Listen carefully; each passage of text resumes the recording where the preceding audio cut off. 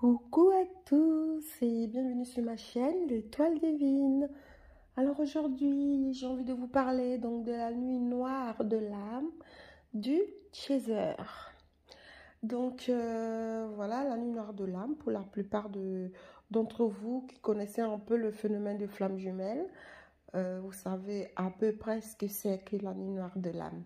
Après, pour ceux qui le découvrent dans cette vidéo, sachez que la nuit noire de l'âme, c'est une période d'accumulation d'émotions négatives, pardon, et plus ou moins difficiles à gérer. Et c'est négatif au moment où on se sent dans la nuit noire de l'âme. Sinon, cette période est nécessaire, en tout cas, pour le nettoyage énergétique. C'est un nettoyage énergétique. C'est comme quand vous nettoyez votre maison. Quand vous êtes en train de balayer, nettoyer, on voit encore la saleté, on voit qu'il y a beaucoup de saleté. Et votre maison est en train d'être propre, mais en tout cas, elle accumule encore autant de saleté. Donc, une fois que toute cette saleté va être cumulée, il va y avoir un gros tas de saleté. Et qu'est-ce qu'on fait? On prend la saleté et on la sort de la maison. Du coup, là, la maison, elle est propre, elle n'a plus de saleté. Mais pendant le nettoyage, il y a beaucoup de poussière, il y a beaucoup de choses on découvre plein de crasse, on découvre ah ouais, c'est sale, la maison est sale, donc on la nettoie. Et c'est pas genre une petite saleté de poussière. C'est genre une maison vraiment encombrée qu'il faut vraiment nettoyer. Donc la nuit noire de l'âme, la maison c'est votre âme. Ok? Et tout ce qui est autour, tout ce qui s'est accroché autour, c'est à nettoyer. Donc, bien sûr qu'on voit que ça a l'air un peu négatif et tout, mais c'est pour devenir beaucoup plus clean. Voilà, donc pour ceux qui connaissent pas la nuit noire de l'âme, c'est comme ça. C'est pas spécialement la dépression, parce que quand on est dans la nuit noire de l'âme, on se sent vraiment déprimé. C'est vraiment déprimé. La dépression, c'est une maladie, hein. C'est pas pareil, c'est une maladie, la dépression. Et la nuit noire de l'âme, ce n'est pas une maladie. C'est une période d'évacuation spirituelle. Et c'est-à-dire quand on évacue quelque chose, c'est quelque chose qu'on ne veut pas garder. Voilà. Et en général, on évacue plutôt des choses néfastes. Donc voilà, vous comprenez ce que je veux dire? Donc c'est comme ça un petit peu que j'explique la nuit noire de l'âme, hein, pour ceux qui la connaissent ou pour ceux qui la connaissent mais qui ne comprennent pas toujours enfin, vraiment le sens, même s'il y a tout un tas de vidéos qui parlent de la nuit noire de l'âme. Voilà, moi personnellement, c'est comme ça que je l'explique, la nuit noire de l'âme. Donc, une fois que vous êtes en train de vous nettoyer, le plus important, c'est de toujours avoir les pieds sur terre. Parce que pendant la période de la nuit noire de l'âme, souvent il y a certaines personnes qui ont des addictions. Ces addictions-là s'intensifient. C'est-à-dire les personnes qui ont arrêté de fumer pendant la nuit noire de l'âme, ils peuvent reprendre, les personnes peuvent reprendre les cigarettes. Ceux qui boivent un peu, ça peut accentuer un petit peu. Mais en fait, le fait d'accentuer, c'est aussi comme une forme d'évacuation. Ça ne veut pas dire qu'une fois que la nuit noire de l'âme va passer, tu vas continuer à fumer. Ça arrive. Je connais les témoignages, j'ai eu des témoignages de ça. Donc, en fait, c'est une période qui est très intense, qui peut être un peu plus longue pour certaines personnes et puis très courte pour d'autres. Quand je dis un peu plus longue, en général, quand on vit une nuit noire de l'âme, ça se passe uniquement dans l'année. Quand elle est assez longue, c'est dans l'année en fait.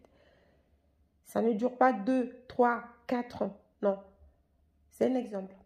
Et il y a certaines personnes qui peuvent avoir une nuit de l'âme, qui peuvent l'avoir qu'une fois, et d'autres peuvent l'avoir à certaines périodes. Et elle peut être plus ou moins longue. Et il y en a qui peuvent l'avoir, mais très bref. Ça peut durer 3-4 jours. Et ils ne vont pas comprendre qu'est-ce qui leur arrive. Tout dépend des blessures. Tout dépend du nettoyage que vous avez à faire sur vous. Comme nettoyer une maison qui n'est pas très encombrée, vous allez avoir moins de temps à le faire. mais une maison qui est vraiment très très sale, il faut nettoyer tous les vitres, les carreaux, le mur, tout ça. Ça va vous prendre un peu plus de temps. Donc voilà, c'est un peu ça la différence. Soit ça va vous demander beaucoup plus d'énergie, un peu plus de temps ou plus ou moins. Parce qu'on est quand même des personnes différentes. On s'appelle tous, entre guillemets, flammes jumelles pour les personnes qui sont dans ce lien-là, mais les flammes jumelles sont quand même différentes. Donc on ne peut pas dire qu'on est tous pareils. Tout ce qui est pareil pour les flammes jumelles, c'est le processus du parcours. Ça, c'est pareil. Mais c'est pas au niveau de la pratique, c'est pas la même chose. C'est-à-dire ce qu'on vit, c'est différent de Pierre, de Paul, de Jacques, de Jacqueline, de Micheline. Enfin, voilà. Donc, et c'est une période euh, qui n'est pas prévisible en fait, parce que on se rend compte que quand on rencontre notre jumeau, notre flamme jumelle, on sait très bien que pour les personnes qui sont déjà, comment dire, éveillées et qui connaissent déjà le lien de flamme jumelle, parce que tu peux être éveillé et ne pas connaître ce que c'est que les flammes jumelles. Donc pour les personnes qui connaissent un peu les flammes jumelles, vont déjà se dire que, bon, bah, quand tu rencontres ta flamme jumelle, il y a telle étape. Mais ils ne savent pas vraiment à quel moment ces étapes-là peuvent arriver. Donc, ils savent très bien qu'il aura la nuit noire de l'âme. Mais quand tu la vis, ils ne savent pas est-ce que c'est vraiment ça ou pas. Et certaines personnes se rendent compte qu'ils sont vraiment en train de vivre la nuit noire de l'âme. Ou ils s'en rendent compte après. Ou voire pendant. Mais les débuts de nuit noire de l'âme, on ne sait pas comment ça commence. Donc, je veux dire, une fois que tu as rencontré ta femme jumelle et que vous avez sûrement entamé une petite relation, et voilà, ça arrive la séparation, et la nuit noire de l'âme ne commence pas forcément tout de suite après la première séparation. C'est le cumul des va-et-vient de votre honneur qui, à un moment donné, déclenche la nuit noire de l'âme. Parce qu'en fait, ce qu'il faut aussi savoir, c'est que avant de rencontrer sa flamme jumelle, on vit souvent des relations karmiques.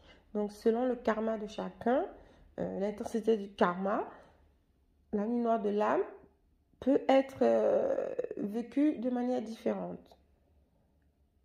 Pas forcément dans l'intensité, hein. Ça peut être très intense, mais ça peut être aussi différent. C'est-à-dire la nuit noire de l'âme, chez certaines personnes, admettons, voilà, vous avez rencontré votre flamme jumelle et voilà, vous êtes en pleine nuit noire de l'âme. La nuit noire de l'âme commence. Il y a certaines personnes qui peuvent perdre leur travail. Il y a certaines personnes qui ne savent même pas pourquoi. Ils ont tous les problèmes qui leur tombent sur le dos. Un coup, la machine ne fonctionne plus, le lave-linge ne fonctionne plus. D'un coup, c'est la télé. Il faut tout acheter en même temps. À un moment donné, c'est la tuyauterie qui pète. On ne sait pas. Il y a des fuites d'eau. Il y en a même qui ont le feu dans leur maison. Et il y en a aussi pendant la nuit noire de l'âme qui perdent des êtres proches, qui ont des décès en fait. Soit ils vont perdre la maman, ou un frère, ou une amie, pardon. Donc pendant la nuit noire de l'âme, il y a beaucoup de dégâts quand même, hein. Pendant la nuit noire de l'âme, on ne sait pas pourquoi. C'est comme une tour qui s'écroule, comme dans le tarot de Marseille. Là, vous voyez la tour. C'est vrai que quand on a souvent la tour dans un tirage, c'est détruit pour mieux recommencer. C'est pas détruit pour mourir. C'est souvent détruit pour mieux recommencer. C'est-à-dire, quand il y a une tour, ça veut dire qu'il y a un commencement. Il y a un renouveau qui va pas tarder. Donc, quand on est dans cette période-là, deux fois, je sais que c'est pas facile à faire. Deux fois, il vaut mieux le prendre sur de bons auspices. Parce que il faut le prendre de manière philosophique. Il faut se dire que, mais je comprends pas, parce que de toute façon, la nuit noire de l'âme, on ne la comprend pas toujours. Donc, je comprends pas ce qui m'arrive. Il n'y a plus rien qui va. Mon travail, ça ne va plus. Les finances, c'est la catastrophe. J'ai tel truc à payer, telle facture qui me tombe dessus. Je ne comprends pas. J'ai mes enfants qui tombent malades. Je ne sais pas. Il y a plein de choses qui se passent d'un coup. Et il faut se dire que c'est sûrement un nettoyage. C'est sûrement pour mieux rebondir. Il faut toujours prendre les choses comme ça.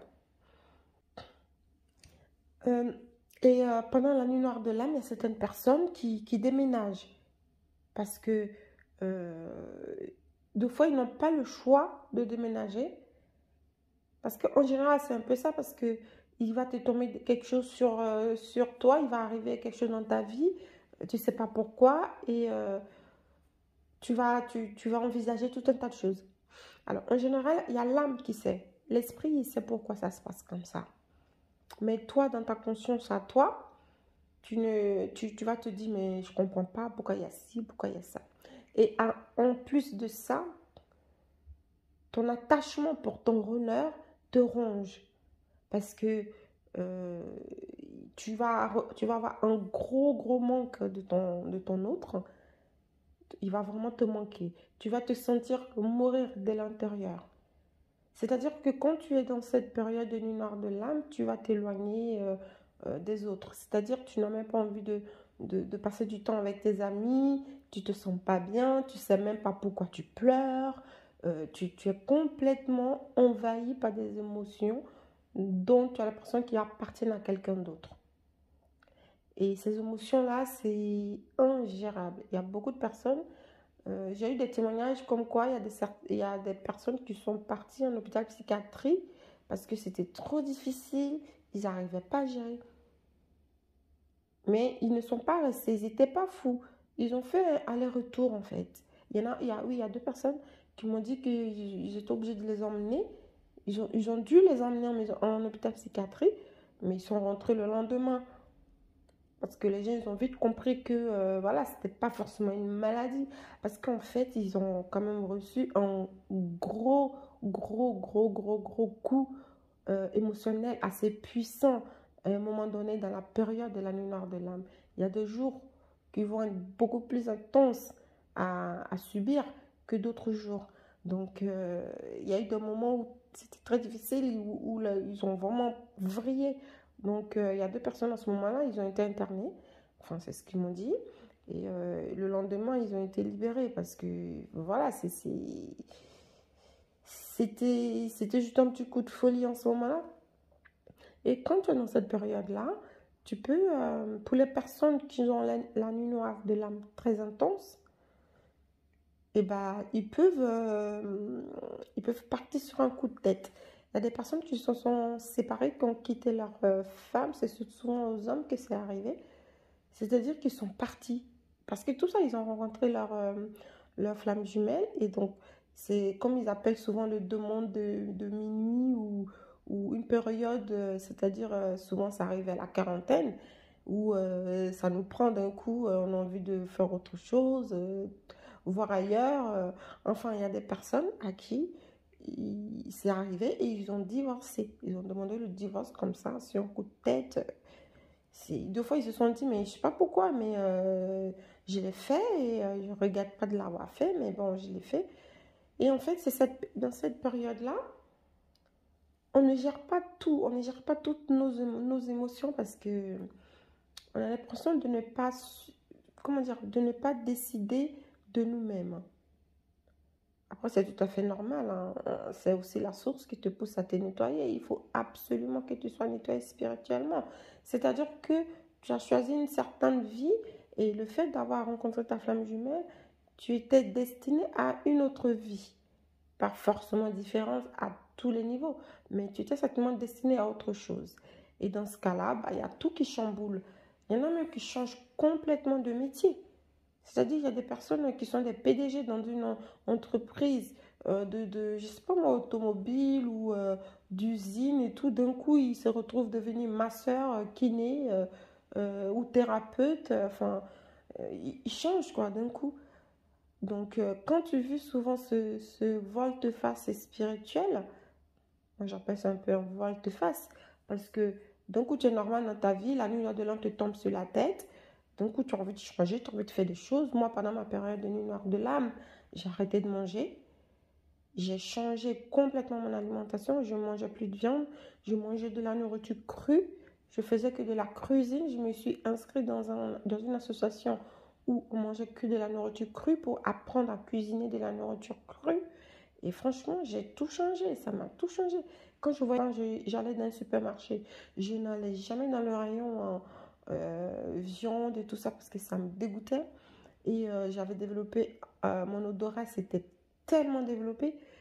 Tout ça pendant la nuit noire de l'âme. J'ai pas compris, il y a eu un gros changement.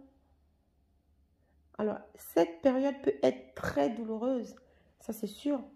Et cette période-là peut aussi engendrer tout un tas de changements. Donc, parfois, il faut vraiment être à l'écoute quand on est dans cette période-là. Sauf que le problème, c'est que quand on est dans la nuit noire de l'âme, nous-mêmes, personnellement, on se permet de la confondre à une dépression. Et même le regard extérieur nous prennent pour des personnes dépressives. Pardon. Donc, on n'est pas en train de déprimer, en fait. C'est qu'on est en train de se faire un grand nettoyage énergétique. Donc, du coup, on a des douleurs, des mal de tête, souvent, il y en a qui ont des vomissements. Souvent, il y en a qui n'ont même pas envie de faire des choses. C'est un moment qui est très difficile et que si on ne fait pas attention, si on est mal entouré, ça peut s'aggraver parce que notre entourage ne va pas comprendre. Ils vont nous prendre pour quelqu'un de malade, alors que ce n'est pas une dépression. Mais ça peut être comparé à une dépression. Donc, il faut vraiment, vraiment faire attention parce que c'est un peu compliqué quand on est dans ce genre de situation. Sauf que, heureusement que cette période-là ne dure pas non plus aussi longtemps que la dépression elle-même. Parce que la dépression, ça dure longtemps. Hein, et on finit par s'en rendre compte au moment où c'est à son haut niveau, en fait, la dépression. Donc, ça a commencé depuis bien longtemps, mais à un moment donné, on s'en rend compte. Parce que ça ne va plus, parce qu'il y a eu un déclic. Mais alors que la nuit noire de l'âme, on la vit même pas. Ça nous arrive comme ça, à un moment donné, à un moment précis, ça nous tombe dessus. C'est pas quelque chose qu'on a ruminé, non. Ça nous arrive comme ça parce que il y a une connexion avec ta flamme jumelle, il y a eu un certain processus qui s'est mis en place et à un moment donné, il faut s'épurer, il faut se nettoyer pour avancer. Donc ça t'arrive et puis voilà, tu n'as pas le choix, tu es obligé de vivre cela et ça peut t'arriver à plusieurs périodes dans ton parcours. Donc voilà, alors je sais pas, j'espère en tout cas, j'espère que mes explications vous ont un petit peu éclairé, vous ont un petit peu apporté. Et je ferai aussi une prochaine vidéo où je vous parlerai de la nuit noire de l'âme du runner. Donc là, c'est la nuit noire de l'âme du chaser dont je vous ai parlé. C'est une noire de l'âme, elle est un peu différente quand même à celle du runner. Donc, je vous en reparlerai dans une prochaine vidéo. Et juste un petit conseil pendant la nuit noire de l'âme. Le conseil, si vous avez la capacité, la possibilité, tenez un petit carnet et notez ce qui se passe pour vous dans la journée. Il faut le noter. Vous le notez. C'est-à-dire, vous êtes même notez, écrivez votre nuit noire de l'âme.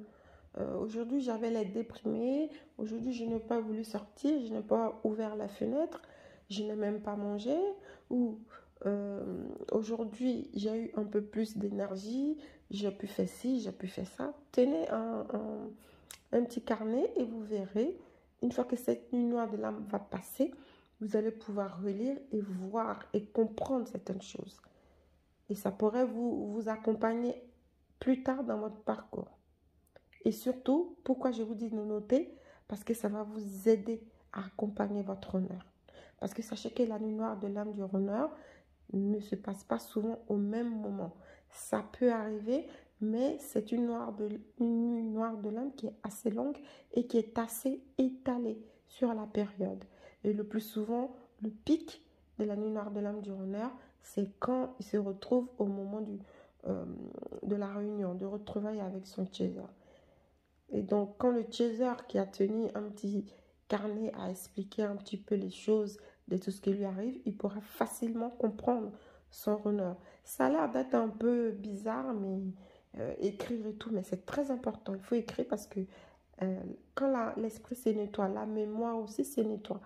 Et après cette période-là, on a l'impression de se reconfigurer en fait. Et quand tu fais une reconfiguration de ton mental, de ton esprit, de ton âme, il y a certaines choses qui peuvent rester. Et tu peux savoir d'où tu pars et où est-ce que tu vas. Donc c'est important. Moi, j'ai tenu quand même un carnet. Moi, j'écrivais tout ce qui m'arrivait. Et ça m'aide toujours et ça m'a beaucoup aidé. Donc ça, c'est un conseil en plus. Donc voilà les amis. Je vous dis vraiment merci pour toutes les personnes qui me suivent, qui écoutent mes vidéos jusqu'au bout, qui commentent mes vidéos et qui me laissent des likes. Et voilà, franchement, ça fait plaisir d'échanger. Je suis très contente d'avoir énormément échangé avec vous. Et c'est ça le but en fait de ma chaîne, communiquer avec vous, en apprendre sur vous. Et si je peux vous en apprendre, bah, je vous remercie parce que vous m'en donnez aussi vraiment. Donc c'est des échanges positifs et ça me motive encore plus. En tout cas, prenez soin de vous, vraiment, prenez soin de vous. On dit que la vie n'est pas facile, mais sachez que la vie, elle est belle, elle est magnifique. Donc, continuez à prendre vraiment soin de vous. Vous êtes les seuls maîtres de votre vie. D'accord? Même qu'il peut y avoir des guides, après les efforts, c'est vous qui les faites. Donc, vraiment, prenez soin de vous. Je vous embrasse tous et je vous dis à très vite pour une prochaine vidéo. Bonne soirée et bonne journée à tous.